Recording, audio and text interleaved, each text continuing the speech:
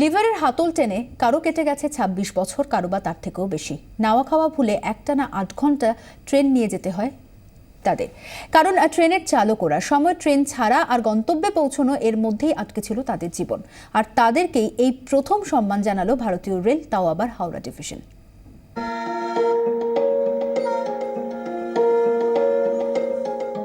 Office ঢুকে punch করা, alcohol test করা, আর ৫টা দিনের মতো বুধবারও এমনটাই করেছিলেন ওরা।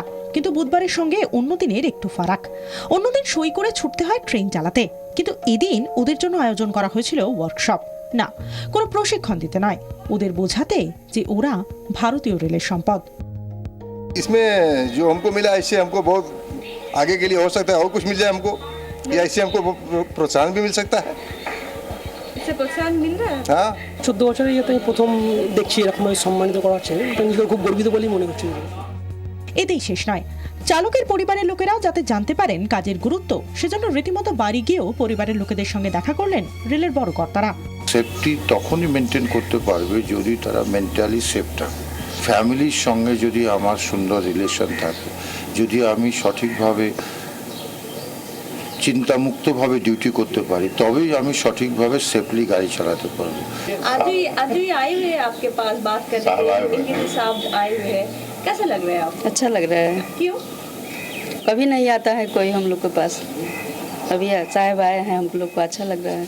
मेरे पति का सम्मान बढ़ रहा है कि इनके साथ मेरा भी सम्मान बढ़ रहा है कि सर आए मेरे घर में, खुशी हुआ, बड़े भाग्य की बात है।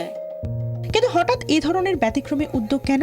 इस तरह से हर महीने एक दिवस रखते हैं जिसमें हमारे जो कर्मी रोज दिन रात मेहनत करते हैं उनको हम कुछ वापस देने का, और उसके साथ साथ पब्लिक को भी ये जानकारी देना, और पब्लिक भी जाने कि हमारे कितने लोग काम करते हैं एक ट्रेन चलाने में।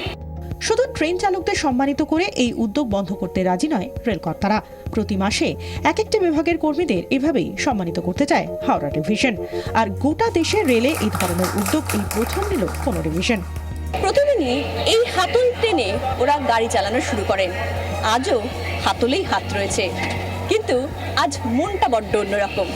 কারণ আজ বুক পকেটে রয়েছে যে গোলাপ, যে গোলাপ ওদেরকে দিয়েছেন ওদের বড় সাহেব, যা এত দিনের চাকরি জীবনে কোনোদিনও স্বীকৃতি হিসেবে ওরা কখনো পাননি। 24 ঘন্টার জন্য ক্যামেরায় মনোজের সঙ্গে শ্রেয়সী, হাওড়া।